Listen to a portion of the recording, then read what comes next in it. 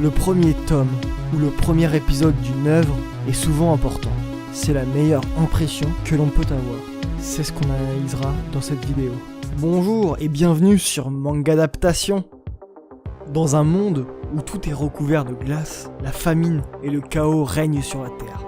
Parmi les quelques humains qui tentent de survivre, certains sont dotés de pouvoirs surnaturels. Annie et sa sœur Luna font partie de ces élus et possèdent la faculté de se régénérer. Annie utilise ce pouvoir pour nourrir les habitants de son village. Pourtant, cela ne suffira pas à les préserver du terrible malheur qui va s'abattre sur eux. Annie sera le seul survivant du massacre qui a brûlé tous ses proches. Il se lance alors dans une quête effrénée pour assouvir sa soif de vengeance. C'est un shonen de Fujimoto Tatsuki, publié en 2017 par Kaze. Pour l'instant, il y a 5 tomes disponibles sur 8, car il est terminé. Alors déjà, l'aspect de ce pouvoir, qui peut être très commun pour Wolverine, ou pour d'autres personnages de comics ou de manga à la limite, mais là il est traité d'une façon unique. En fait, Annie se fait brûler par quelqu'un qui a un pouvoir de feu, sauf que son pouvoir de feu s'éteint que quand la personne est morte. Et comme lui se régénère, il ne meurt jamais, et du coup, il brûle tout le temps. Du coup, le contre-coup de son pouvoir, c'est un peu une malédiction. Et la raison de pourquoi il arrive quand même à vivre, et pourquoi il le fait, est bien développée. En parlant de vengeance, ici c'est poussé à l'extrême, c'est tout ce qu'il veut, c'est pour ça qu'il vit en fait. Et PS, j'adore les histoires de vengeance. Donc ça nous pose quand même une question morale par rapport à ces personnages. Car tous les personnages ne sont ni tout blancs ni tout noirs. Ils sont tous nuancés. Il y a toujours un petit peu de bien et un petit peu de mal. Et le manga arrive à jouer avec ces codes là.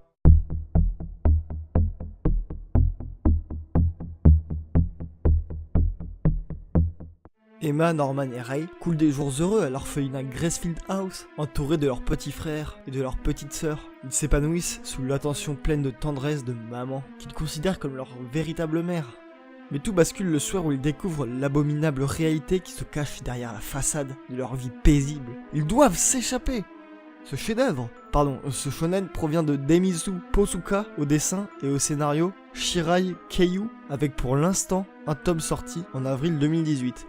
Alors ce manga est très intéressant, de par ses rebondissements. Il y en a partout, à quasiment tous les chapitres. C'est pas un signe de qualité, hein. Ça veut pas dire que c'est bon. Souvent c'est l'inverse. Ça veut souvent dire qu'on va faire à tout prix et rester le spectateur. Mais là, ils marchent tous. Tous. Ce qui donne une tension constante et un attachement aux situations permanentes. Et en rapport avec ça, il y a aussi le mind game. C'est genre la stratégie mentale. Donc pour résumer, c'est un jeu stratégique, c'est comment on étudie les possibles issues de situations compliquées. Ici, c'est un petit peu ça tout le temps en fait. Ils essaient de trouver des plans à chaque fois pour essayer de s'en sortir. Des fois ça marche, des fois il y a d'autres rebondissements qui modifient leur main game du coup. On pourrait croire que ça se veut trop intello, que ça se prend trop la tête, mais non. En fait ça va super bien avec les situations. Et aussi avec le scénario qui nous montre que la plupart des élèves sont quand même très malins, très intelligents. D'ailleurs en parlant de personnages, il y a du monde.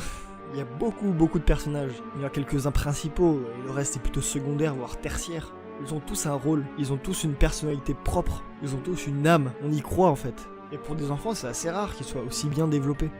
Et du coup, je suis un peu bref parce que je voulais pas vous spoiler, mais lisez-le. Lisez au moins le premier chapitre, et normalement ça vous tiendra en haleine, vous voudriez voir la suite de l'histoire immédiatement. Foncez, je vous dis, pauvre fou. Bon bah voilà, je vous ai parlé de 2 mangas, j'essaierai de faire 2 œuvres par vidéo, je pense que c'est le bon format. J'espère que ça vous a plu, que vous avez eu envie de les lire. Allez, à plus, et lisez des mangas!